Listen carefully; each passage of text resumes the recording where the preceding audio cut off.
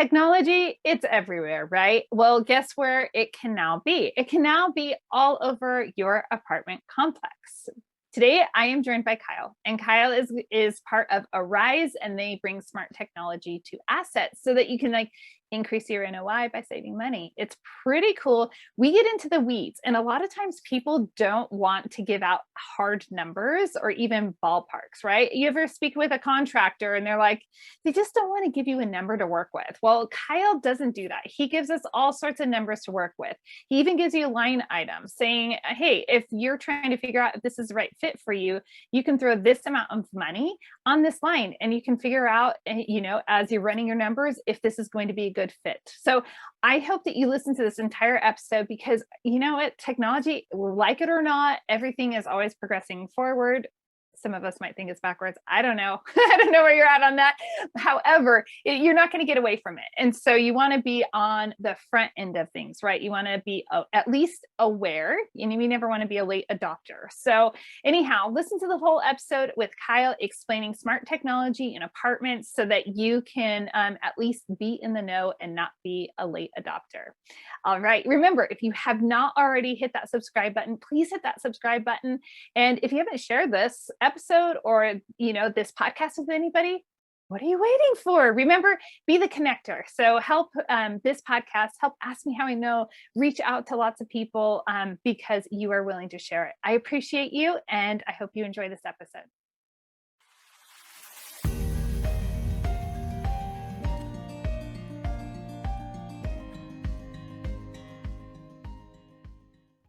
Hey guys, welcome back to another awesome episode of Ask Me How I Know. I am so glad you joined me because this episode is going to be bar none unlike any other episode. And yeah, you've heard me say that before, and I've totally fulfilled that it has been unlike anything other than we've had before in the past. And today I am actually going to be featuring a person and a quote product. I'm going to call it a product. And it's going to absolutely blow your mind and revolutionize how you're looking at your assets in the apartment space. So I'm going to just jump in and say, Kyle, I am so excited. We've had this on the calendar for I don't know how many months, and I am so excited. Today's the day. Yes, today is the day, and I appreciate you having me on. I'm excited to share with your listeners about ARIZE and just about smart apartment technology. Yeah, I was super impressed.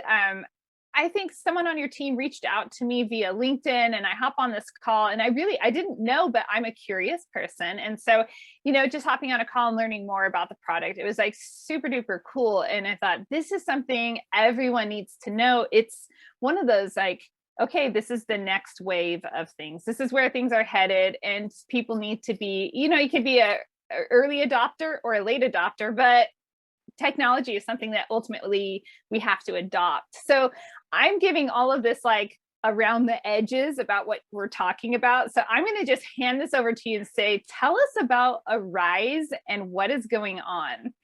Yeah, so ARIZE, we're a smart apartment technology company, and we manufacture all the smart home devices. So when you think of things like smart thermostats, smart locks, water leak detectors, motion and entryway sensors, things like that, that can help you reduce operational expenses and also help to increase your NOI and asset value. We create those. So there are a lot of vendors in the marketplace, and I guess our differentiator is that we do manufacture our own devices and the software that it couples with. So as it relates to apartment investing, I've kind of carved out a niche for myself in talking with investors to show what kind of value it can bring. And yeah, there hasn't been too much adoption, especially in the value add space where we're dealing with Class B and Class C properties. But there is huge potential, and there's money being left on the table if you're not starting to implement. And so my job is just to educate folks about how they can adopt it, what that process is like, and go through the financials with them. Yeah. Okay, so let's get into the weeds on this because this is a cool topic. And as you said, this is still very early stage adoption for operators. And so let's just walk through that process of, let's go through one more time, what are the individual components that we can add in that are going to be smart tech?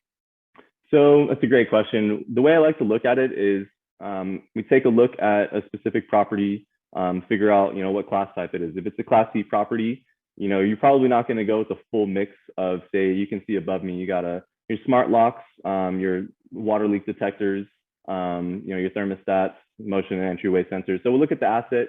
If you have a building that's, was built in 1970s to 1990s, you might have some leak issues. And so being able to be proactive about finding those leaks, maybe, a resident isn't going to necessarily say that there's a leak under the sink. They'll just try and fix it themselves or leave it there. But if you have a sensor under there, that tenant will get a notification to their phone in real time, as well as your property management team saying that there's a leak in this specific place, so it can be triaged and you can get ahead of it. Other cases, yes. I'm going to pause you right there. I'm totally going to interrupt you along the way and be like, okay, wait, totally you got to stop right there and say, okay, so I've got this leak. You're putting, is it a band? What is it? Because this is a question people are going to be like, what are you actually putting on there? So it's a really small device. There's a number of ways to mount it, but basically it looks kind of like I have this AirPods case here. And at the bottom, there'd be two little metal prongs that sit just millimeters above the surface area of where water could potentially leak. And so as soon as moisture is detected on those prongs, it'll ping in real time, like I said, the resident's phone and also the PM's phone, so that they'll know exactly what unit it's in, the time that it happened, and which sensor got set off. Okay, awesome. So we are going to cover sinks. We're going to cover kitchen sinks, the bathroom sinks, toilets. Yeah, toilets, laundry rooms, water heaters. And then if you get down into like boiler rooms and stuff like that, there's also applications there.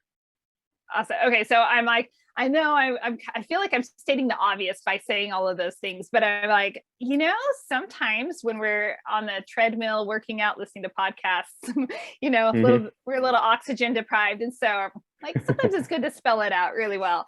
Okay, it is. So we've got our water. Have you had any? Do you have any?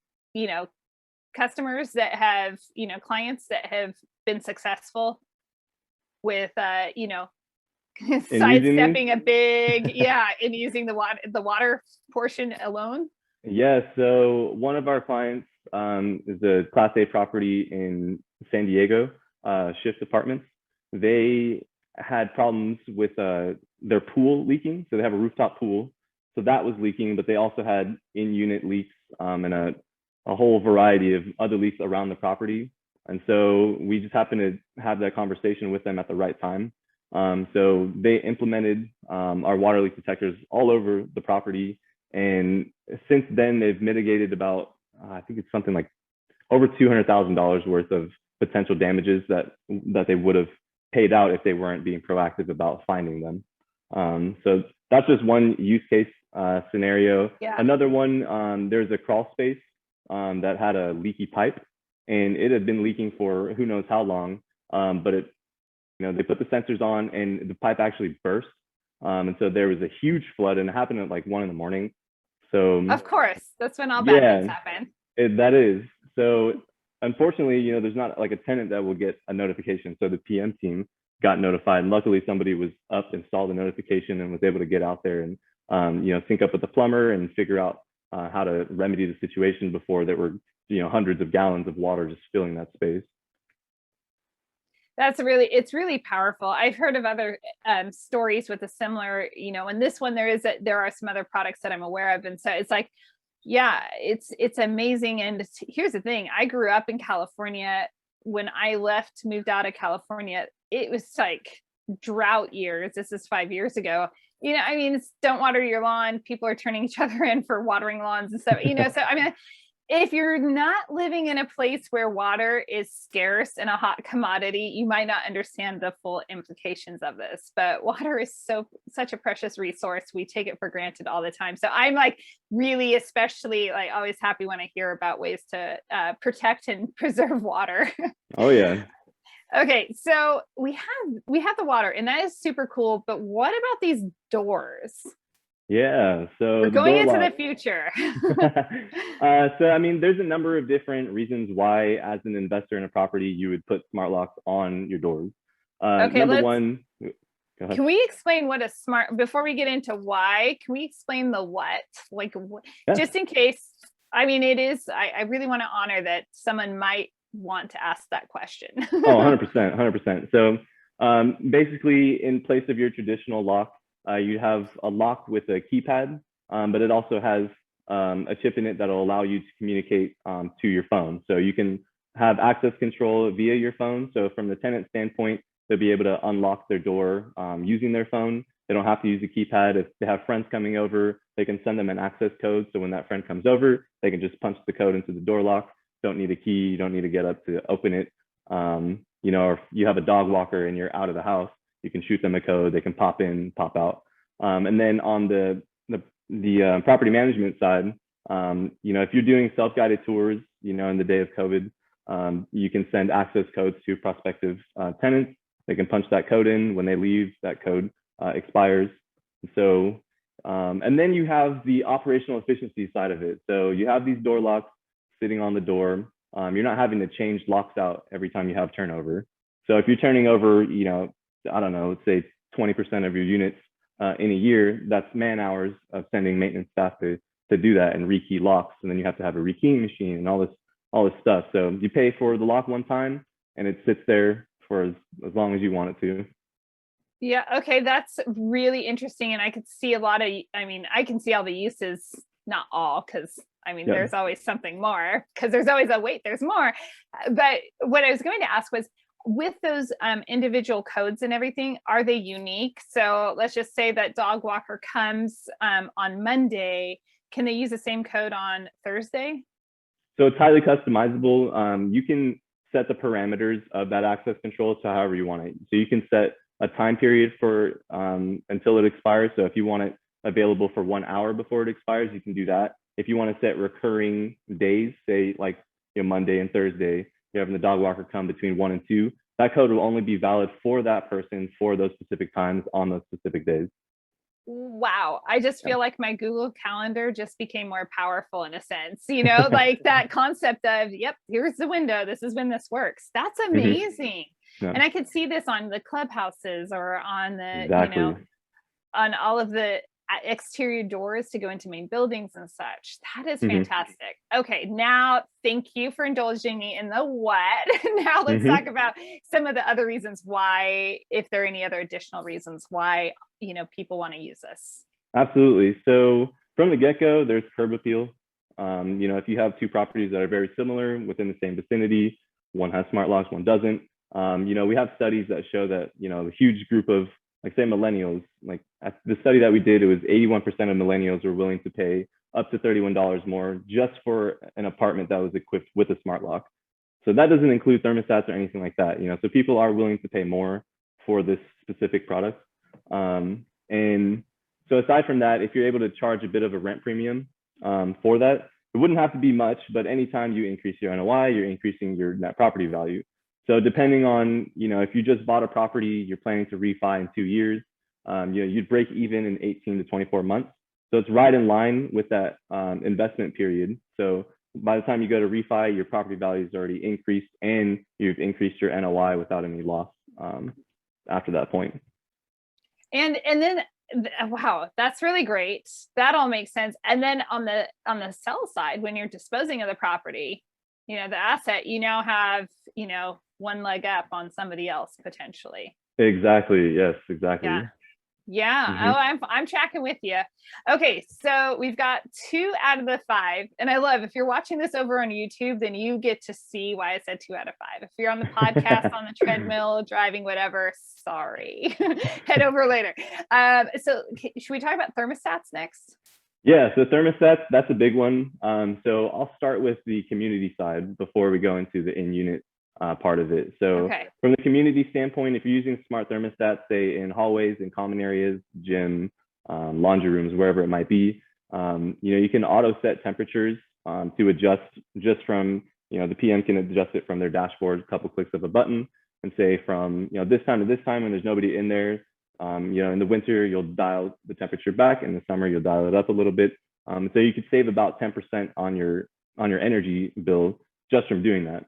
So then we pass that along to, the resident side. and it's pretty much the same thing. So it'll learn their temperature setting habits over time, and then it'll just start to automatically adjust the temperature based on their usage and the time of year and the time of day without them having to ever touch it.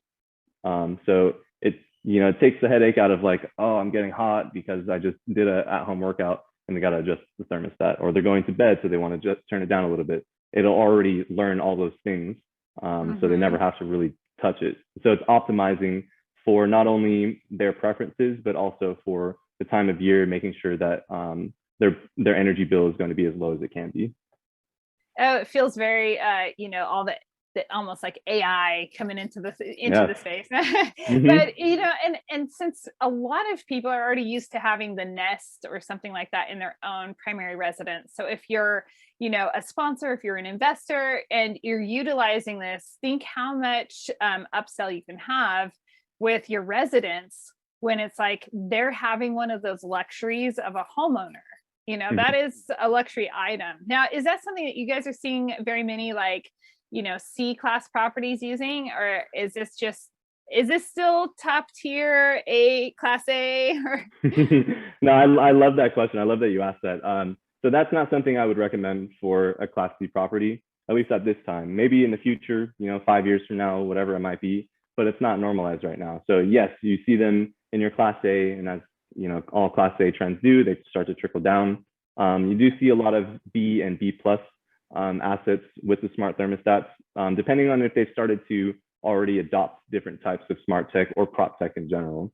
And because the other thing is say you're leasing up, you still have 10-15% vacancy, you might want to bulk set what the temperatures are of all of those to keep your costs low. And so from the PM side, they can just do that with the click of a button. Select which units they want to adjust to what temperature, click OK, and boom, you don't have to worry about sending someone to each of those 10, 15, 20 units to adjust the temperature manually. You're saving on man hours there. Definitely saving on man hours.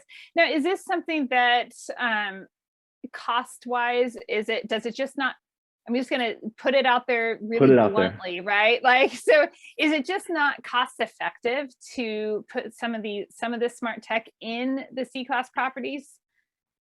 So what it is, what can you do as far as rent premium? Obviously, if you're putting out a capital expenditure for these items, you need a way to break even on them. So you're either going to break even on them by saving on operational costs or by being able to raise rents. So there's not as much disposable income in a lot of Class C properties. So if you are doing a value add play and you're already planning to be able to raise rents, $150, $200, and there's room in there to add it, and it's not breaking your CapEx budget, and it's not going to raise rents to where it's unattractive to the marketplace, then yeah, you can find ways to work that out. But in general, we just try and see what the property is, what the demographic is that's living there, and try and align products with that property. That makes sense. Oh, it makes total sense. When we think about, we're comparing rents and different, who the competition is and everything, it makes a big difference. Definitely. Okay. All right. Now, before we go on to the next awesome item, I feel like it's almost like a game show, and it's not, because this is actually so serious and so beneficial and really awesome. So I don't want to minimize that by that comment. But, what are we talking about cost wise? If we want to go and put these awesome thermostats, in the units, what are we looking at? You can give me a range or however you want to answer this. Yeah. So, I mean, if we're talking about one specific product, let's go with the thermostats. You might be looking at $100 a unit to put those in. And then however you want to, play that. If you're going the operational play, you can kind of see you'd have to do an analysis of what you could save over that year and see if it makes sense to raise rents at all, keep it where it's at. But let's say you go with the full suite of products. More often than not, your CapEx is coming in at below $500 a door. So when you're underwriting, if you just add a line item in there, for smart tech, add in $500 a door, and see what that is. More often than not, you can roll smart apartment tech into that reno budget, that rehab budget, because it's not going to break the bank depending on what you're doing. That's really great to actually have a number just to say, just roll this number in there and you can kind of work with that number. I can just say on top of all investors out there, thank you. Because most of the time we just need a starting spot just to know, like, I just need to plug the numbers in. I need to see how this works. And then maybe I scale down and say, all right, I need to piece this out and only go with these pieces because 500 doesn't make sense. That's really, really great. So what else do we have? We still have a couple other awesome smart tech that can be added. So Let's yeah, go on. what I have, if for those watching the little icons above me, what I have there is our current product line. We have more stuff coming this year, but we have your smart motion sensors and entryway sensors. So those are more for security. So for like a Class C garden style apartment community, these might be a good fit. For motion sensors, they're great for common areas in lieu of cameras. So if you, depending on where you place the camera, like say around a pool, if it's facing a resident's door, that could be a privacy concern. You can get into, the weeds of that being an issue as an operator. Right. Yeah, it's a breach of privacy. So if you have a motion sensor, they're only going to pick up human activity. They're not going to pick up debris or birds flying by, things like that. So let's say, it's 10 o'clock, nobody's supposed to be at the pool or in the gym. If that picks up human activity, and you have on-site security that has the app on their phone, they'll get pinged, letting them know someone entered, at the pool, and they can go check it out and see what's going on there. So and then as far as like the entryway sensors, those are mainly used for, say you leave your apartment and you left the window open, you'll get notified after, let's say, an hour that you left the window open or you left the door open, and maybe you don't want those open. So you call someone, hey, can you close that for me? I'll send you a code. It's only going to work for the next 10 minutes. Get going. Boom. Okay. Full circle. Right. Exactly. Okay. Now I have to ask, putting you on the spot, what is different about this motion sensor? What makes it smart tech versus there are tons of, there are motion sensors out there. So how is this one any different? Aside from it does ping your phone. So really the only difference is, you're able to set different modes. So if you're at home, you may not, want it on every time you cross the room, it pings your phone. Yeah, so there's just different settings that you can do, away mode at home, or just turn it off altogether. And then there's just the whole human aspect of not picking up, if your dog walks across the room, or if it's outside, if a plastic bag flies across the way and it picks it up, it won't do that. That's really it. It's a really straightforward product. Yeah, I assumed, but I always like to ask. I ask all my questions. Okay. I love that. Do we have one more? So I think I covered those two together. Okay. What we do have coming up, we will have a doorbell cam. So it'd be like a Ring doorbell type of deal, and then a smart smoke detector. So once again, just protecting the asset. You have water as the number one insurance claim for multifamily properties. And then there's fire. If you can say someone's not home, but they left the oven on or something's burning, and they're not there to know, your PM team will still get notified right away. And if, if smoke is detected, a fire is going off, and you can get there right away, you want to get ahead of it before it gets worse. Right. Yeah. Definitely. Okay. Now, what does this installation process look like? So installation process, we'll usually send out someone to go on site and make sure that our hub is going to work in that community, see how many hubs you'll need in each unit, see if the signal is going to travel through walls and things like that. So we'll do a site inspection, and then we'll do a final order of products, making sure that we got all the counts correct and everything. And then we'll just schedule it out. And usually what that looks like is phases. So if, say you're doing door locks, you're going to come out and see if you need to do any additional cuts in the door. If you don't, you just pop them on. And then same with the thermostats and whatnot. So you probably phase it out. If you got a 100-unit property, maybe do 20 units a day, depending on the product mix and how long each unit is going to take. Okay. So about 20 units a day. Yeah, if we're doing a bigger project type thing. If you're doing a bigger project, it also depends on the product mix. If you have, say, 5 products going in, obviously going to take a little longer. If you've just got smart locks going in, you'll probably knock out the whole 100 in a day, maybe 2. Okay. Okay, that's good because I can hear, some of the PMs listening to this, and Well, the other thing is you have to communicate with the tenants. You have to put it out there first. Hey guys, we're going to be doing this from Monday to Wednesday. If the availability is not going to work, or if you have an issue with someone entering your apartment, let us know, and then you have to go back and work around those individuals and whatnot. So.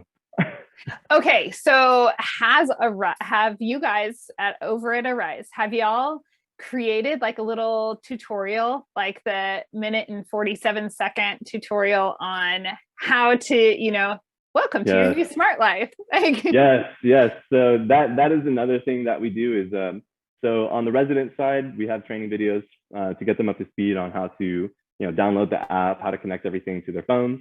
And then on the staff side, we do free training when everything is getting installed. We bring everyone together and we go through product training, how to troubleshoot things so that, not only your leasing staff knows, but your maintenance staff knows, anybody that needs to know on the property management team knows how to operate everything. That is really, really slick. That's what my dad would say. That's slick. Like it is. It's really slick. It's really efficient, and it's really helpful, for on a multiple levels. Very, very helpful. Is there anything else that potential operators could be considering as they're looking at smart tech? So one thing that I urge people to do, not even a suggestion, but if you're vetting providers, just ask them a few things. How are they managing your data? Security is a big thing, especially in the cyber age. You want to make sure, ask them what kind of encryption they're using, how they're storing your data, maybe what platform the software is built on, because that'll let you know, just how secure their backend encryption is. Aside from go ahead. How would we know if it was encrypted well? I mean, a lot of people don't know, they're not, and it changes so quickly. So how would they know? What would the standard as of right now, in 2021, because it will change? Oh, it will. I would say start by asking, what platform is the software built on? Is it built on Amazon AWS or Amazon Web Services? It's extremely secure. A lot of the money systems in the world are built on Amazon. If not, what other cloud provider is it built on? Or is it not built on a cloud service provider? Those are things you want to know. And then as far as encryption, you want at least 128-bit encryption. So that's a little too in the weeds to describe, but there's 128-bit and then there's 256-bit encryption. So the 256-bit, that's where you're getting into your bank level encryption. That's what we use at ARIZE, and it's extremely difficult to hack. And from each communication point, there's an encryption on that, and then there's an encryption on, from the device to the hub to Amazon servers back to your phone. Each layer is encrypted, so it's extremely hard to get to that data.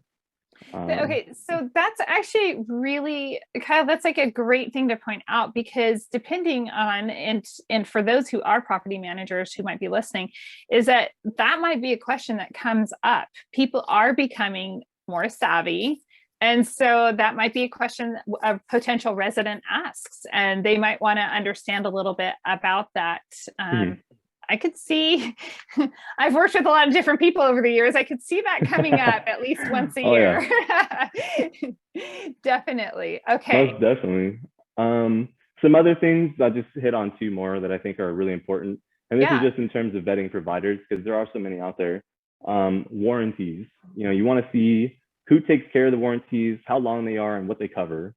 And when I say who is handling them, you might be sold by a provider that's just an integrator. They provide the software and you can choose any product on the market to integrate with. But then you need to know, if you have a Nest thermostat and an August door lock, who are you going to for the warranty? Are you going to the manufacturer, or are you going to the person that sold the software to you? And so that's important to know. And then also how long they are and what they cover. Is that one of the benefits of ARIZE? Because you guys create your own product, correct? Exactly. Yeah. You'd mentioned that. Okay. Yeah, one-stop shop. So any questions? So that's the other thing. So as far as support, tenants will have their own support line, and the PM staff will have their own support line. So they're never having to communicate with each other and try and figure things out on their own. That is very good. That protects relationships right there. It does. It does. That is really fantastic. What are some things what are some, shoot.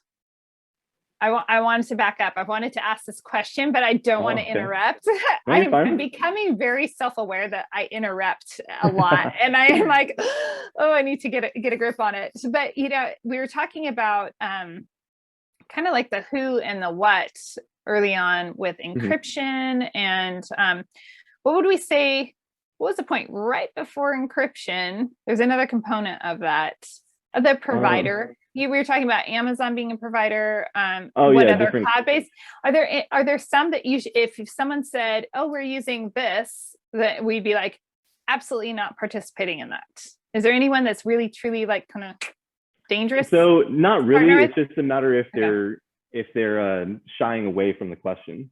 If they're beating around the bush, get off the phone. Like you don't want to deal with that, because then you're going to run into problems of, are they managing the data? What are they doing with it? Are they selling it and not telling you? And then if they send you a 20-page contract that you have to read through, you may miss that part where they say they can do whatever they want with your data, and you don't want that. Wow. Right. Yeah. Seriously. Okay. That leads to another question. I told you I'm so curious. The next question would be, how about contracts? What is the relationship that, someone's going to have with ARIZE? Because, you had mentioned one of my friends, Todd Thorpe at MDU Nation, totally giving him a plug. Everybody go listen to his podcast. He's fantastic. But he has a background, working with, cable and different other amenities that you can put on, your assets. I'm stumbling over my words this afternoon. All that to say, I understand there were contracts involved. And if you're listening, you can always go back to that podcast episode and check out that podcast episode with Todd, where he explains it all in detail. So what's the relationship with ARIZE, with an operator? It's a great question. So we have a number of different purchasing models that, just depending on if you want to purchase something and just have it as an OpEx cost and pay over time until you own the devices, that's one way. If you want to provide all the capital up front and own everything, you can do it that way.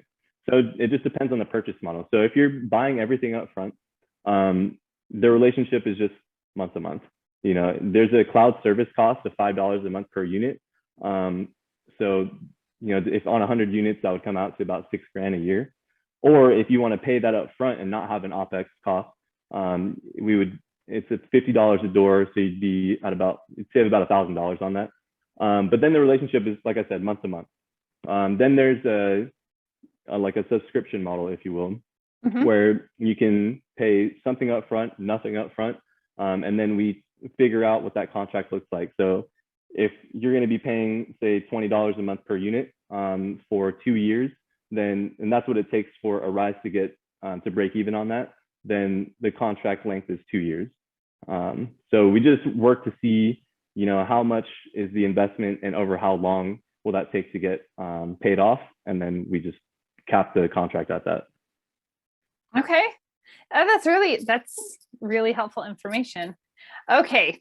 Once again, as always, I'm like, oh, we have to start wrapping up. But you have so much, this information is rich, it's valuable, and you're giving really important details that if somebody were, considering this for, one of their assets, they actually have some real numbers to start playing with, manipulating and everything. So it's super, super helpful, and I appreciate it.